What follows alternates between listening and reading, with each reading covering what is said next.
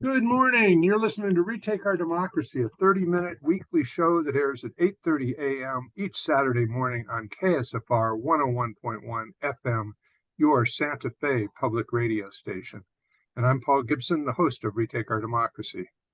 Today, I will be talking with Michael Rocca, the UNM's political science professor who has done extensive research on the influence of money, particularly industry-generated PAC money, on congressional politics and politicians' positions on the issues. He also published a major policy report on cronyism and economic growth in the state of New Mexico. We have a lot to talk about. Last week, Roxanne and I heard Michael speak at an ethics forum produced by the news organization New Mexico In Depth, and he spoke about the professionalization of the legislature, or the modernization of the legislature. And so he was very, his banter and his discourse was really compelling. And Roxanne leaned over to me and said, "You need to get him on the radio show." So pour yourself another cup of Java and get ready. We'll get to Michael in just a minute, but first a few quick announcements. Last week, I interviewed newly elected Bernalillo County Commissioner Eric Olivas. Retake strongly endorsed Eric in this race, and for a variety of reasons are delighted with his win. His interview is well worth a listen if you missed it. He is a refreshing new voice in Democratic politics. I want to remind you that if you're listening to this show while driving around town and you miss any of today's show, you can watch the full YouTube recording of this show and any prior interview by going to retakeourdemocracy.org and clicking on the Retake on the Radio button on the right side of the homepage. You'll find recordings of all our previous shows listed in chronological order, so you can binge watch Retake radio shows for free. Yippee. You can cancel your Apple TV subscription. Before we get started, I want to also acknowledge that we are conducting this show on stolen Tewa land, and I want to thank our Tewa neighbors for being such good stewards of the land. We could learn much from them, and we better learn much from them because we're running out of time.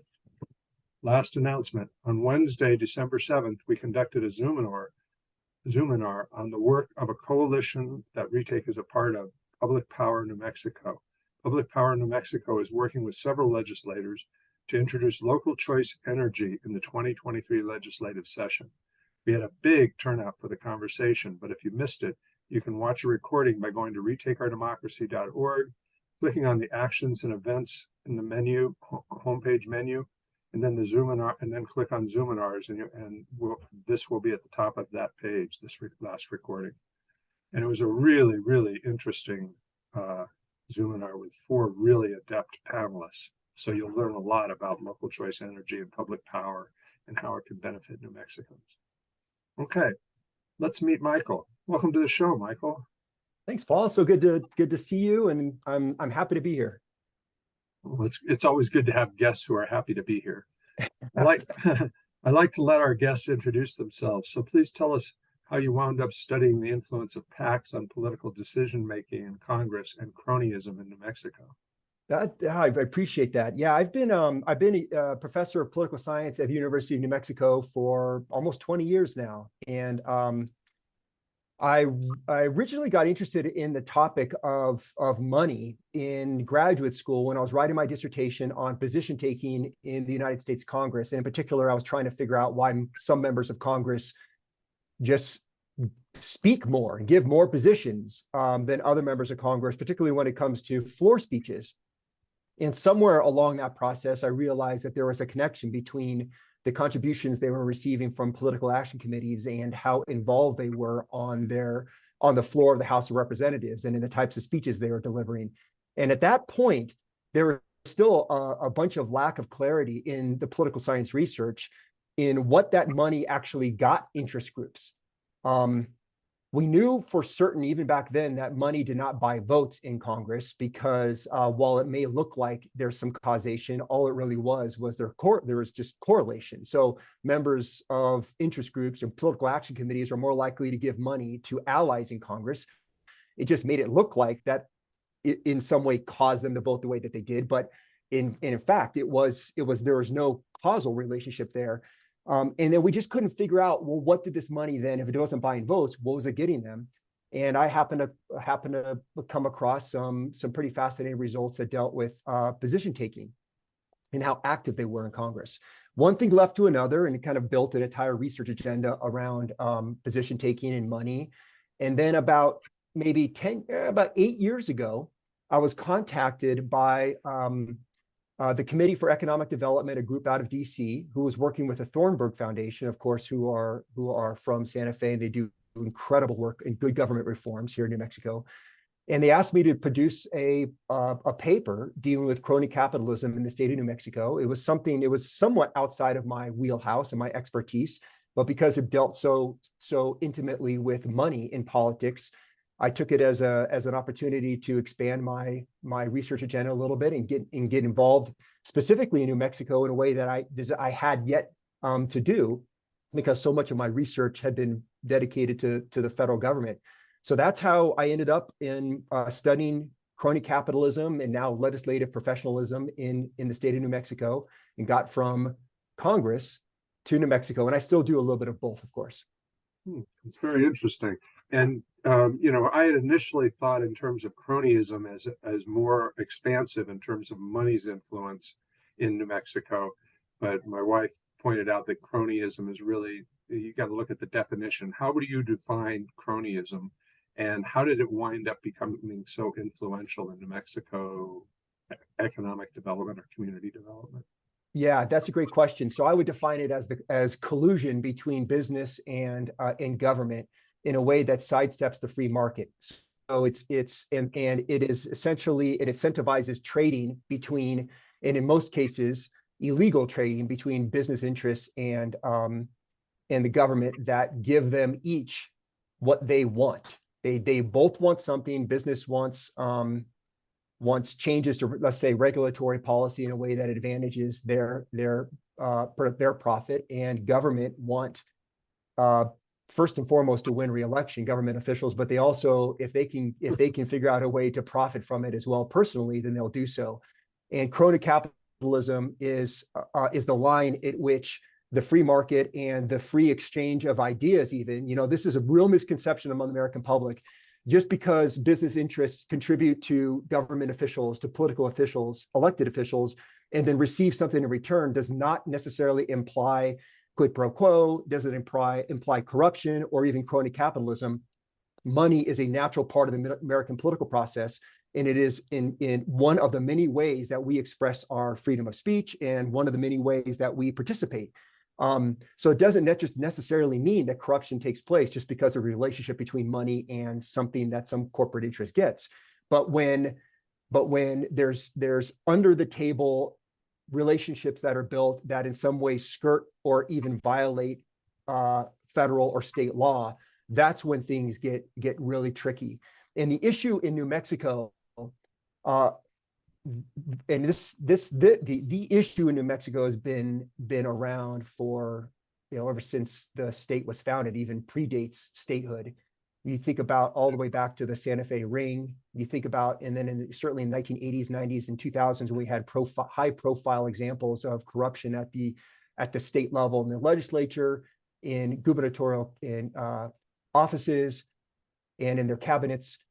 We've dealt with the perception that we are a corrupt state for a really long time. And I'm happy to say, though, in the last 5 or 6 years, that because of members, elected officials on both sides of the aisle, we've made, I think, great strides in fixing that problem. But the idea of crony capitalism, of corruption, unfortunately has deep roots in our state's history that predate statehood. Could you give an example of this that's relatively recent? Well, we've got, there's a couple examples. We have some pay-to-play examples that Governor Richardson supposedly took place during Governor Richardson's administration. We have examples of embezzlement from Secretary of State. Was it Diane Duran, right? It was Secretary of State Duran, yes. Right? And we have other high-profile examples in the state legislature, and the list goes on, really. So we've got pay-to-play is one example that was relatively frequent because we just didn't have any transparency rules or any disclosure rules that would allow us to track these sorts of behavior, and that would disincentivize this sort of behavior. And what pay to play essentially it means would be, in a real world example, would be you contribute to a campaign, and then that campaign makes sure that corporation or that interest receives some sort of, let's say, governmental contract that would pad the pockets of that particular corporation dealing with defense or energy, whatever it might be. Construction is usually that's so. If we don't have any way to track first the campaign contributions that go into the campaign committees of these political leaders, and then second, the contracts that then are issued on behalf of the government, then we don't have any really way of A, telling whether pay to play has happened, and B, again, disincentivizing the behavior to begin with. And that's been the problem all the way up until 2016 and 2017, when you started to see some major rule changes in the state that now I believe has made, like I said earlier, great strides. So apparently it didn't make as great a strides with the Attorney General's office. Are you familiar with that pay to play scam with Marcus Rael? I am not, no. Oh, okay. All right. That's too bad. That would have been a good departure, but I'm not going to lecture our listeners about it. Okay. There are corporate vultures circling New Mexico right now, as if we were their prey. Avangrid wants to expropriate our abundant renewable energy, while the gas and oil industry sees our abundant natural gas and unproven carbon capture technology as an economic life raft. How does cronyism and PAC money influence policymakers' decisions on legislation germane to those issues?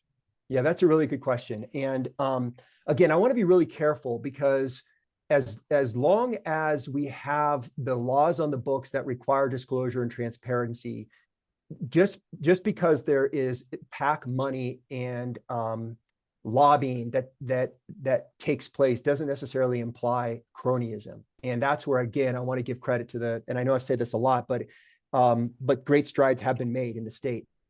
But let me say this is really important, is that whenever you have large interests, economic interests in a state like oil and gas in New Mexico or tech in California, there's always going to be, or let's say defense in Washington or in Virginia or Texas, there's going to be an opportunity for heavy-handed corporate lobbying and campaign contributions and PAC spending, because there's so much at stake with regards to that particular industry.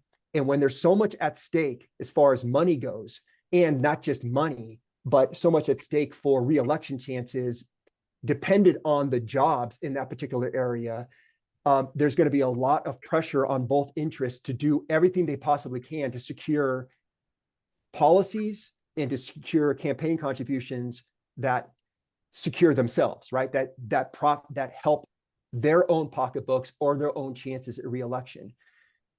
So when it comes to oil and gas and renewable energy in the state of New Mexico, because it is such a growing industry and a profitable industry in New Mexico, you're always going to have the potential for cronyism, and you're always going to have the potential for a bunch of money dumped into campaign committees, into the war chests of political actors. And not only that, but the potential, as we've seen over the last 5 or 6 years, in a lot of outside spending coming from outside the states, because a lot of these corporations are not necessarily headquartered in the state, but coming from outside the state as well. And you see a lot of outside money coming into the state in a way that does, in fact, influence not just government officials, but elections as well. Mm-hmm, mm-hmm. So you've mentioned transparency a few times and said that we've made great strides. But one of the frustrations I've had trying to track the money, follow the money, is that you have corporations whose employees make contributions and family members make contributions. And unless you know they don't identify themselves as an employee of Exxon or of PNM or whoever. And so their $5,000 donation doesn't even register. Is there a way to address that? Yeah, there absolutely is. And you know, you're bringing up a really important point that I've got to go back and check the records and the law books on this.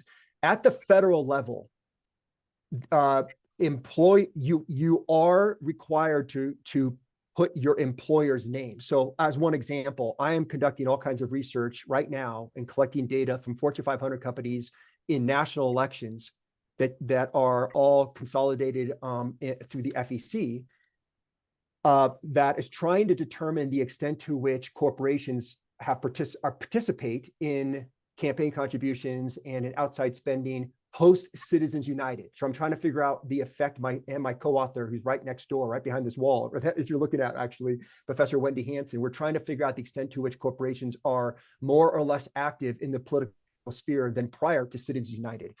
And one of the things that the federal government does really well is we're able to collect all individual data and tell where these individual donations are coming from with regards to their employer. So we know, for example, if Facebook or Meta now is not contributing money or in any way or spending in outside spending from their own general treasury, we can definitely track how many of their employees contribute and where that money goes. At the state level, it is much fuzzier. Just like you mentioned, it is much more difficult to figure that out at the state level, which would signal to me that perhaps that's one way that we can strengthen our disclosure laws, because you're exactly right. And let me tell you the real world scenario, real world consequence of this, Paul. This is really important. The main consequence of Citizens United has not been that Fortune 500 companies or other companies have spent more money in politics. That's not what's happened.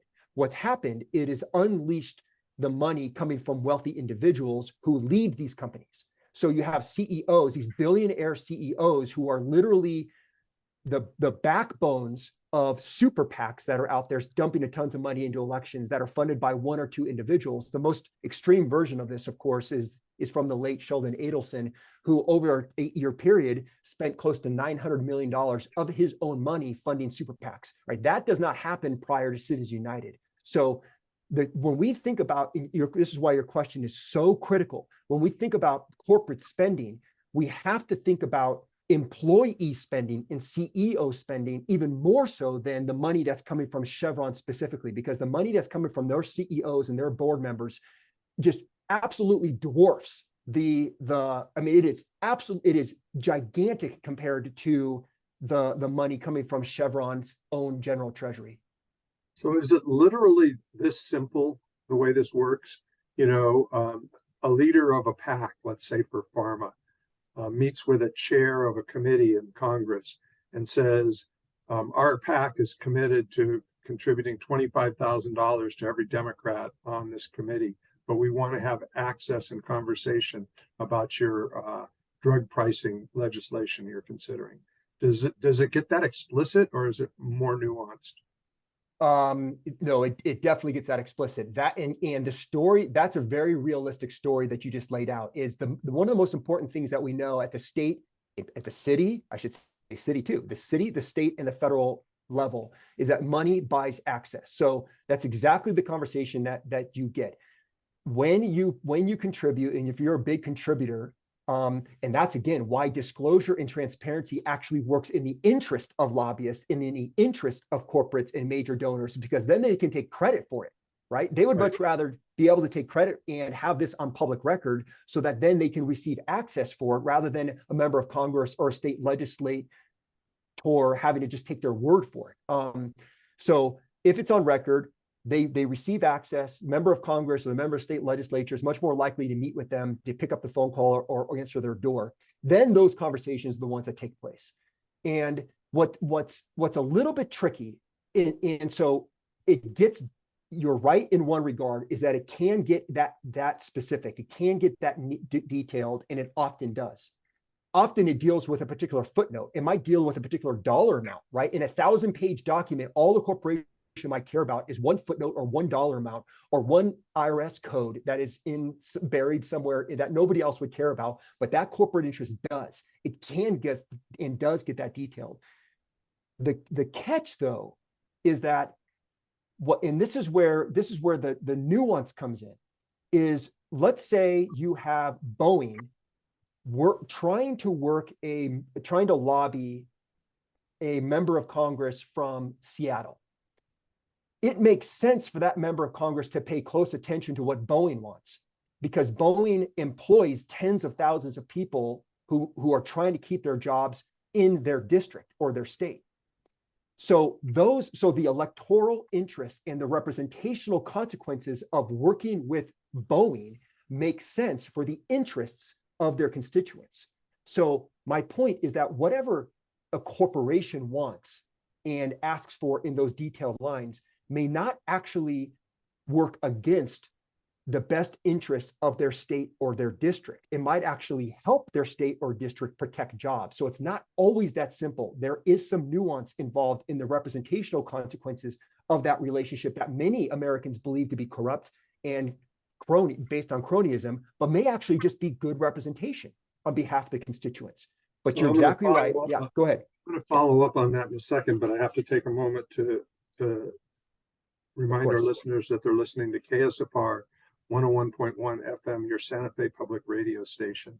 And in this age of misinformation on the mainstream media and in social media, having a station that gives you the straight scoop, that has great news broadcasting, the BBC, Democracy Now!, and just before our show on Saturday mornings, Richard Wolf, Economic Update, brilliant radio show. You should listen to that every week before you listen to us. And that way you get a 60-minute progressive viewpoint on the political scenario.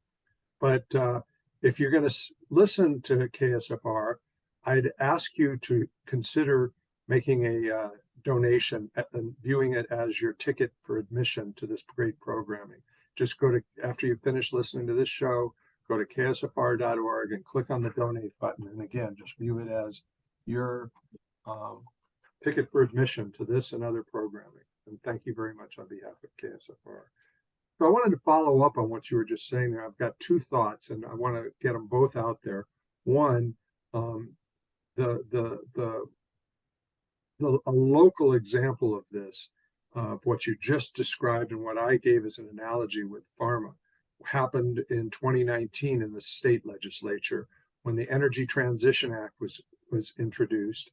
And during the process, PNM was given access to the legislation and inserted some language in it that essentially disempowered the Public Regulation Commission to regulate what they said were their legitimate costs and so forth.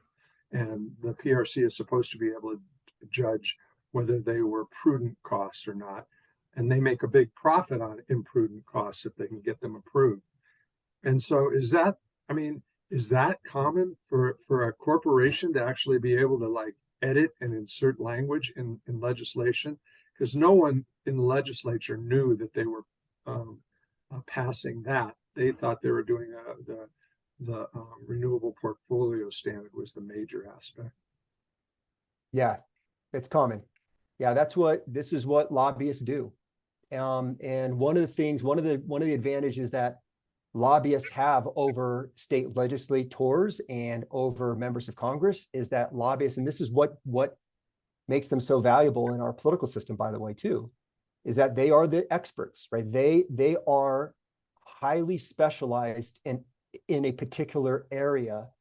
So you can think of scenarios in which those lobbyists are so highly specialized and so informed that there is a huge informational asymmetry between the lobbyist in knowing what they're doing, why they're doing it, and the member of the legislature, whether at the federal level or the state level, who are generally generalists when it comes to their level of information. So that asymmetry leads to certain advantages that lobbyists have over that member of Congress or the member of state legislature. What you and I would hope for in that regard would be that that lobbyist, or I should say that legislator would be at least informed enough not to just completely trust the lobbyist, but actually would seek the advice perhaps of lobbyists either on the other side or staff members in their own office, hopefully, who would have an opportunity to advise them otherwise if it wasn't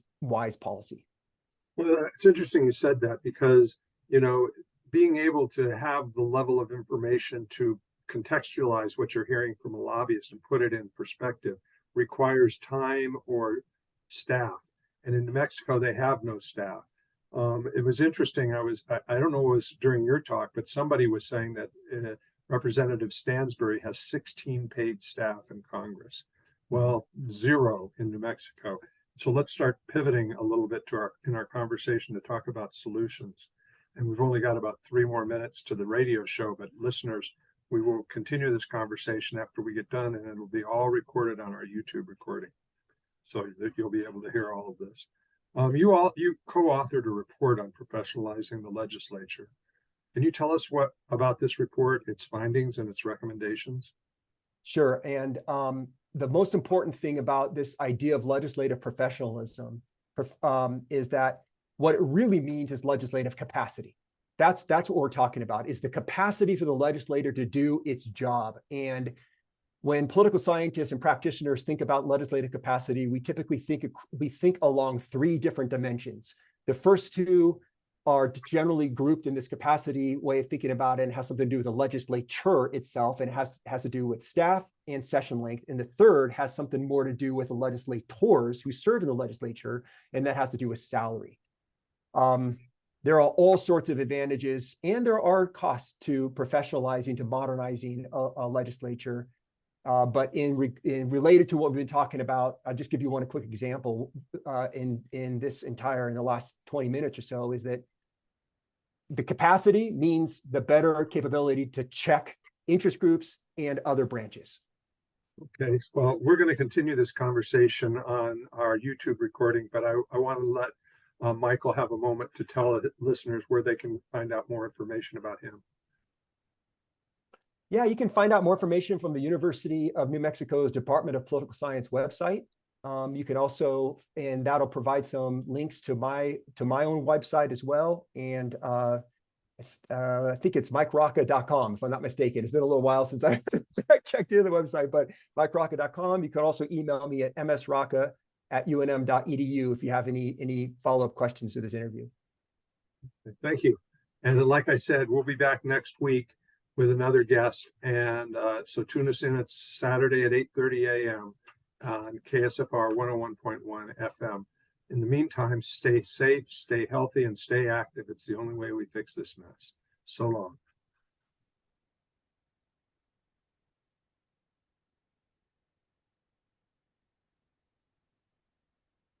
That was perfect, Michael. 27 minutes and 30 seconds. That's just what they want.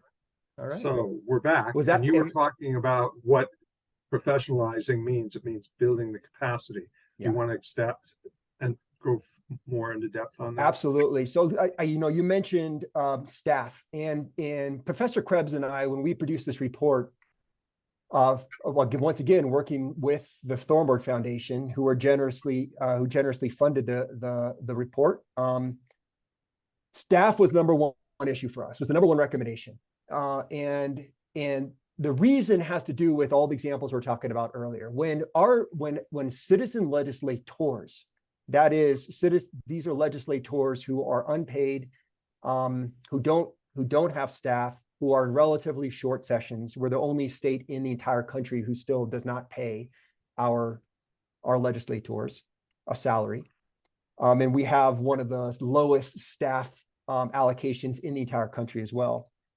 When we don't give our members of the state legislature staff in particular, what we're doing is we're welcoming the sort of information asymmetry I was alluding to earlier, is that there's just no way that our state legislators have the time in their lives where they're maybe raising a family, trying to take care of kids, trying to get them to school, but also trying to run a small business at the same time. We cannot expect them to become experts in particular policy areas, having to do all of that. If we give them appropriate levels of staff, then we have people, permanent staff in their offices that we can then expect and to help them make up that information gap that they have between their own level of expertise and the people that are trying to lobby them. If that asymmetry exists, all we're doing is welcoming an environment in which the lobbyists and the bureaucrats and unelected lobbyists, unelected bureaucrats have all of the power and all of the influence, and they're literally lobbying individuals in our legislature who do not have the time or the resources to become experts even anywhere near where these lobbyists are. That's the argument. That's why we need capacity. So the pushback I get from some legislators and from the Legislative Council Services is that there's a big staff within the Legislative Council Services and the Legislative Finance Committee that serve the legislature, not legislators. And my response to that is that a lot of the initiatives that are developed by the legislature are the outgrowth of stakeholder meetings or whatever. And stakeholder just means vested organizations or corporations with vested interests. And they meet with people from the LFC and the LSC and lay out. And so what winds up coming out of the legislature is something that was crafted well before a legislator saw it by industry with the support of the Legislative Finance and Legislative Services Council. Is that scenario reasonably typical? And that way they don't even really have to lobby the legislators. They just meet with the legislative staff and craft legislation that works for them. Yeah, so there's no doubt LFC does incredible work for our state, and they've got amazing staff people working for them. And we are really, frankly, lucky to have them. They're really smart people up there, really smart people, really well-trained people that care deeply about the state.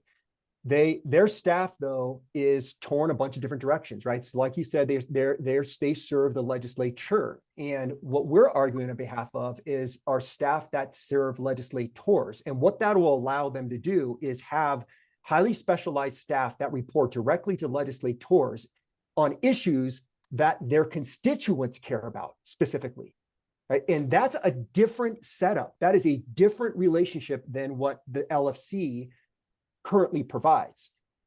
As opposed to expertise for the legislature, we need experts in literally the offices of legislators so that they can do the representational job that they're elected to do by their very specific constituents. So I'm talking about legislative and policy expertise, but I'm also talking about constituent relationships and constituency services that, again, legislators cannot be expected to do in any sort of way that they, and I know a lot of them, that they want to do, or that their voters want to do, because they do not have the time when they're trying to teach, when they're trying to run their law firms, when they're trying to do whatever they do for their career, right? We need to help them. Yeah, I mean, that's one of the things that I was familiar with in the Bay Area, the San Francisco Bay Area, was if you had a problem, and it could be a parking ticket, it could be this childcare center that my kid is in. It's crazy what's going on there, and you'd be able to call a state legislature or a city council member, and they actually had staff to help you and look into that. And that was a really important bridge between government and constituents, and it's not there. Oh, I love that point, and I say that in every one of my classes here, Paul. I say that in literally every my classes is that if you have ever, when I teach my Congress class, if you have ever an issue that's a federal issue, that's something to maybe dealing with a green card or Social Security check or something like that, call your member of Congress, and they're, first of all, really good at it. They're really good at sifting through all of these inefficiencies that we deal with in the bureaucracies, but they have a strong incentive to help you. That's the thing. It's like they don't want to be viewed by anybody in their district or their state. And the same thing works for the state legislature. They do not want to be viewed as somebody who can or won't help. They want to help so that they can win re-election, right? Because that's part of their representational duties. The problem that we have in the state of New Mexico is the sort of relationship that you're talking about that you had with members of the state legislature in California. They try to do here, but they simply do not have the time. The scarcest resource that members of Congress have is time. And they've got a full staff. You mentioned Melanie Stansbury, 16. The scarcest resource that our state legislators have is time. And they don't have it as much as members of Congress do because they simply don't have any help. And Melanie makes $165,000 a year as well. Yeah, no, that's and in that way she can build, she can set aside other career ambitions, right? And work in Congress as one example. What we're also advocating for, I should say, is an increase in salary, or not even just increase, a salary, a salary for our legislators. If for no other reason, and I'll be upfront about this, that it's the right thing to do. These legislators, for as much as we love to criticize legislators and politicians, these legislators in Santa Fe, for the most part, are really good people, right? They're our friends, they're our family, they're community members. They care deeply about the state of New Mexico, and they're working really, really hard for us for free, which Yeah. is a total joke, which is a total joke. We barely pay them enough to get gas to go back and forth to Santa Fe. We don't even do It's that. embarrassing. Yeah, They it's get totally one trip embarrassing. per Yeah. session. I'll tell you, I volunteer in the community a lot dealing with youth sports, and it takes tons of time to run a soccer team or a tennis team, tons of time, and I'm happy not to get paid to do that, because I want to give back to my community in that way, and to the kids that could use that opportunity to play sports in town. And I get frustrated. It's like, wow, I spend a lot of time doing this. I love doing it. I can only imagine being a state legislator and not getting paid for that work. Like, we're trying to write 1,000-page bills dealing with lobbying and dealing with public education and crime and economic development and not getting paid for it. It's a shame. It's totally embarrassing. Yes, I couldn't agree more. I couldn't agree more. So one other related question and this goes back to the pay to play. I used to be a grant writer for federal grants in the Bay Area, and was involved in the development of a number of what was called, it became very much in vogue, public-private partnerships. And at the time, I wasn't thinking in terms of how a public-private partnership could be a pay-to-play kind of scheme, basically, where the government may get. Let's just talk about uh, infrastructure for telecommunications. They may get a corporation in a public-private partnership that winds up with some federal money to build out our infrastructure, which is good for New Mexicans and um, good for business and all of that. But there are all kinds of side deals and whatnot, or the corporation's getting paid at a rate that's exorbitant, but it's not getting paid by the government. But they're getting it done, and they're getting it done in an expedited manner. Is that also kind of a form of pay to play? And how prevalent is that? Yeah, it is. And unfortunately, this is one area where New Mexico still has a lot of room for improvement. And the real world example in our state has to do with capital outlays and the lack of transparency around junior bills. And New Mexico, in depth, to their credit, does incredible work in trying to figure out where these state dollars are going. Capital outlays and junior bills are analogous to, in the congressional landscape, earmarks, pork barrel, right? These are projects that are funded through congressional offices by the state, through the state budget, but are pet projects that members of the state legislature would essentially send back to their districts. And by the way, ways that potentially are helpful, right? These are building roads, these are building schools, these are providing books and computers. And I mean, these are really, this is a great way for members of the state legislature, or just like members of Congress, to provide really, really specific and detailed benefits to their state district, or to their entire state. Martin Heinrich and Ben Ray Lujan, senators from New Mexico, are really good at doing this sort of thing. We don't know.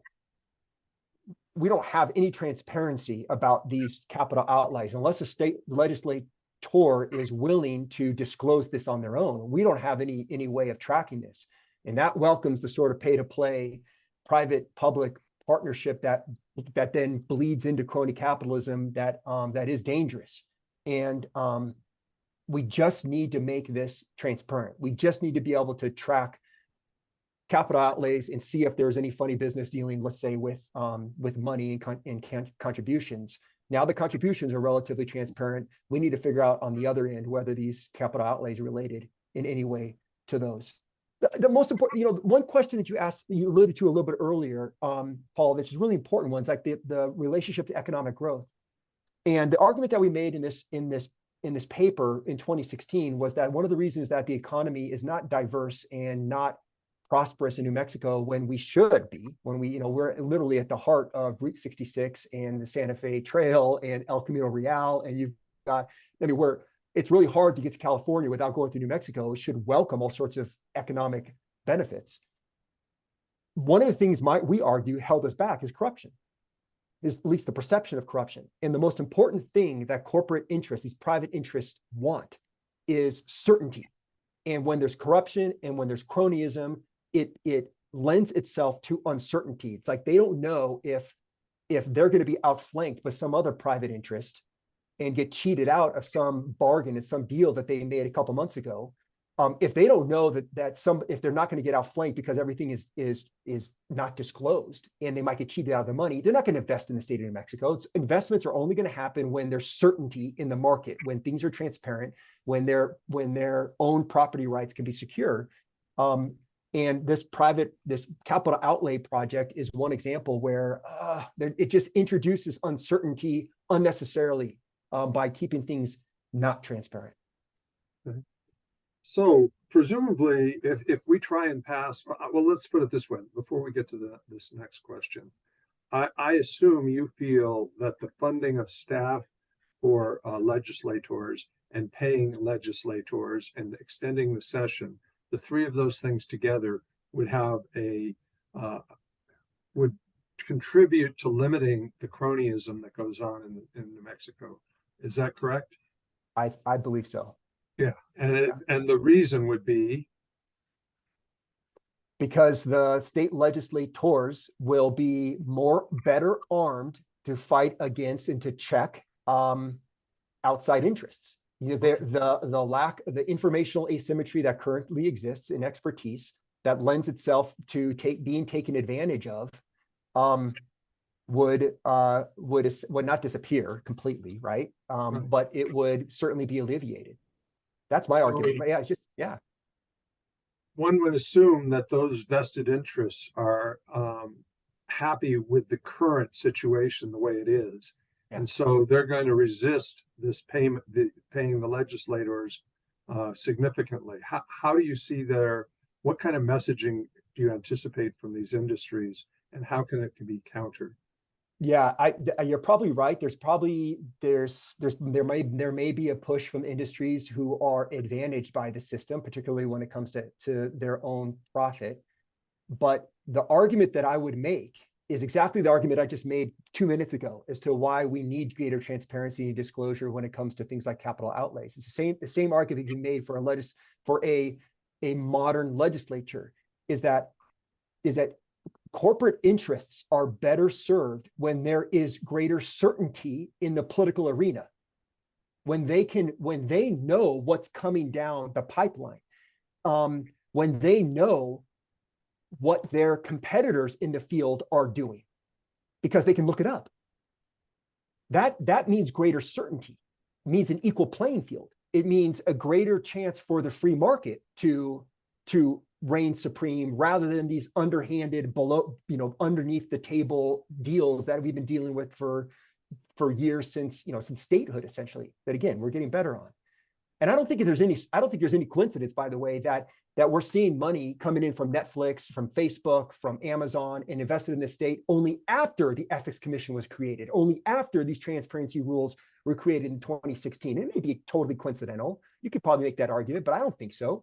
I don't think that money comes into the state unless these improvements are made in our political arena. And I just think the next step towards creating greater certainty that's required for economic growth is giving the state legislature the resources it needs so that it can push up against those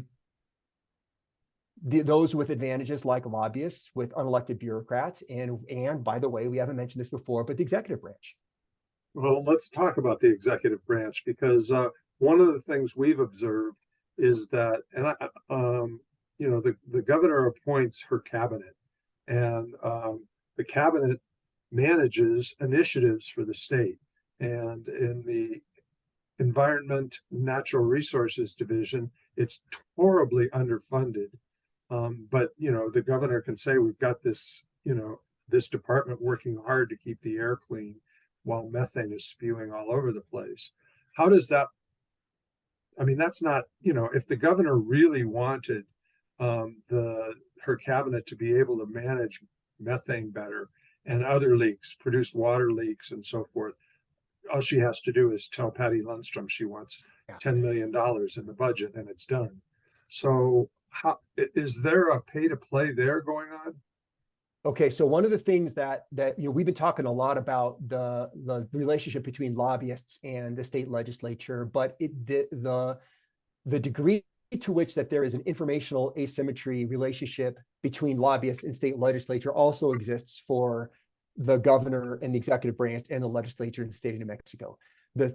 Our state legislature simply cannot compete when it comes to capacity with the governor's office. Cannot. The governor has resources, the tools, the length of term, like the governor's office is in session 365 days a year, right? So, and you have a state legislature that every other year is in session for 30 days.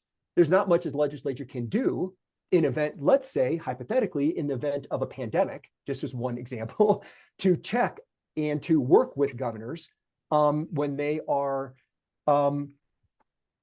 doing things that they believe maybe is right. And the state legislature may have some difference of opinions on. There's just not much the legislature can do about it.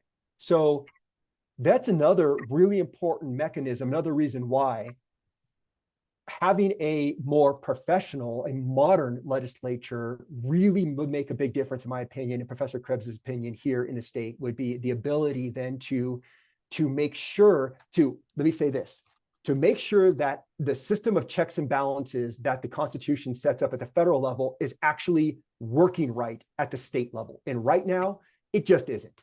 And the reason it isn't is because our legislature cannot compete. They do not have the resources.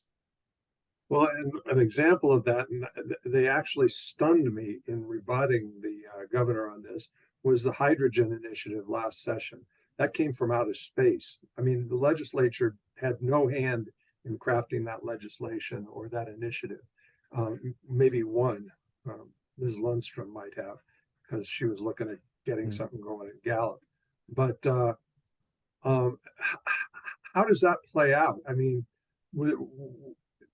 obviously we weren't on the fourth floor at meetings where the stuff was crafted, but it seems like it almost had to come from the gas industry saying, yeah, this is a great idea, that the federal government's got all this money coming, blah, blah, blah, let's do this. And that together, the governor's office and industry craft a hydrogen production bill. That's a really good question. And while I don't know the exact details of that particular circumstance, I think what we can do is, we don't have to work very hard, Paul, to imagine a scenario in which, let's say it's summer, the legislature, or I don't know why I said summer. Let's say it's April through December of any given year. The legislature is out of session, and lobbyists absolutely are knocking on the doors of the governor's staff to work on policy that in California, in New York, any other legislature, they would probably be working with the legislature day in and day out. And again, there's just no incentive to do that here. You're just working in one political actor's office. And this is, by the way, this is not a knock on the governor. I mean, this is not a Democratic or Republican perspective I'm offering here. What I'm offering is from an expert in legislative politics. The founding fathers put Congress as Article 1 for a reason. It is the closest branch that we've got to the people. And when in the state of New Mexico, the closest branch to the people is, you could argue, the weakest among all the branches. And it's not going to work well when you have legislation that is trying to fix really complicated issues in the state of New Mexico right now: crime, education, economic development, whatever, healthcare, whatever it might be, when they're out of session 9 months out of the year. You're going to go straight to the governor's office, right? That's what you're going to do. You're going to go to the governor's office because that's where the power is. and you might deal with the state legislature at the very last minute, but you're going straight to, and so that's where your incentives lie. It makes sense that they go there. What I would prefer is that their first step goes to the state legislature. Yep. Yep. So presumably, in such a context, with all that we've said so far, you're going to wind up with constituents who don't really trust government. They don't feel like it's working in their favor. How does that manifest itself? Well, there's that's another hour conversation. Okay, so why don't we trust government? And a lot of the reasons have to do with national politics. It is the nastiness, it's the polarization, it's everything that we see going on at a national level. It's partly what we see in the media. And by the way, it has a lot to do with the way that members of state legislatures and members of Congress actually run for those legislatures by essentially running against the legislature, right? So they themselves criticize their own, Congress is broken, elect me and I'll fix it. Okay, so that doesn't really help towards this building trust in government. There's also a fundamental, we're in a critical point when it comes to civic education. I mean, a quarter of fourth. So 1 out of 4, that's what I'm trying to say. Like 1 out of 4 members of the general public can name the 3 branches of government. I mean, that is it. So a lot of this lack of trust has to do with a fundamental lack of understanding of how the American political system works. But the lack of trust is also useful in one regard. It helps keep our members of Congress and our state legislators and any other elected official in check, right? So it's actually a good thing that in some ways we don't trust, because that way, if we have an assumption of general distrust, then we're more likely to keep our members, our political officers elected. I'm sorry, not elected, accountable, I should say. Right. But to your point, how do we then convince members who are generally disposed not to trust politicians to give them more staff, to give them more salary? And I would argue that that right now there are a lot of other reasons that we have a low level of trust even with a citizens legislature. So let's try to fix all this other stuff. Okay, and maybe that'll improve your levels of trust in government. Let's give them the resources they need and just see what happens, because we're already polarized. We already have a lack of trust. And I would argue there are a whole bunch of other reasons that advantages to doing this that, again, that might actually help the situation. So what, aside from the state passing legislation to pay salaries for staff and legislators, what can politicians do to restore trust in government? What can they do? One thing is I would love for the tone of campaigns to quiet. I would love them. They don't need necessarily to run positive campaigns 100% of the time, but I would love some of the negativity just to be quieted down a little bit. I would love for members of both aisles to talk respectfully to one another.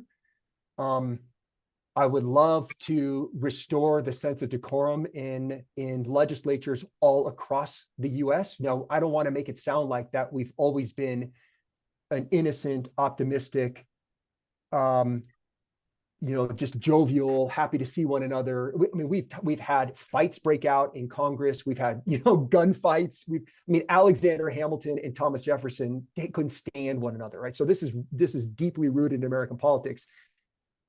But let's just quiet down the rhetoric a little bit. And I think that would actually really help, because I think a lot of the public is feeding off of what they hear from their elites, right? They hear from the media and they hear from their own representatives in the level of discord and the level of just pure venom that's sent. And often, by the way, in the level of sarcasm, and just enough. Yeah, I would just say quiet that down. And I think that would actually do a lot of good. Yeah, but unfortunately, that's a really difficult one to affect, that kind of change. I mean, I think the only way that happens is if some candidate rises above the herd and behaves that way and wins and shames without verbally shaming, because that would be part of what you were describing, but Yeah, but just shames them by example. I don't think you can legislate rhetoric and decorum. no, you definitely can't legislate it. You can't legislate decorum. You're exactly right. This is just me being, I guess, just wishful thinking. And I would argue, though, that what I'm sensing from this new generation, the students that I teach, who are highly attentive, by the way, really reasonable, incredibly diverse in both their views and their demographics. I think a lot of people misunderstand the university student these days, by the way. This is a total aside, but I've got a lot of conservatives in my classroom, a lot of liberals, but most are independents. They're middle of the road, trying to figure stuff out. They're reasonable, they're intelligent, they're informed, they're attentive.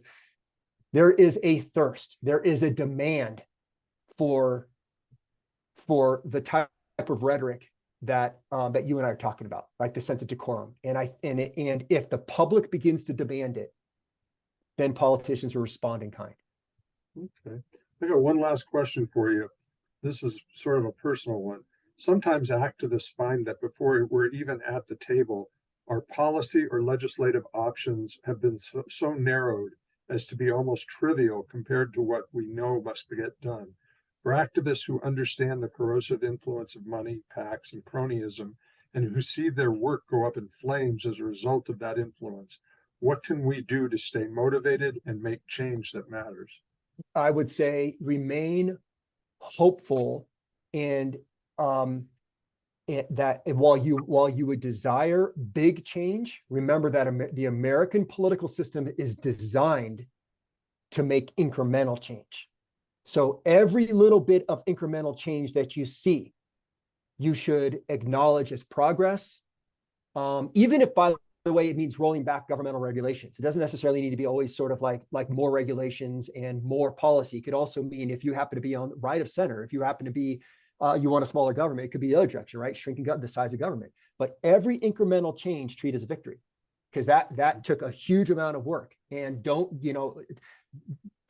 passing green, was it what's the green plan? I'm blanking, it's up my tongue, right? For climate change, right?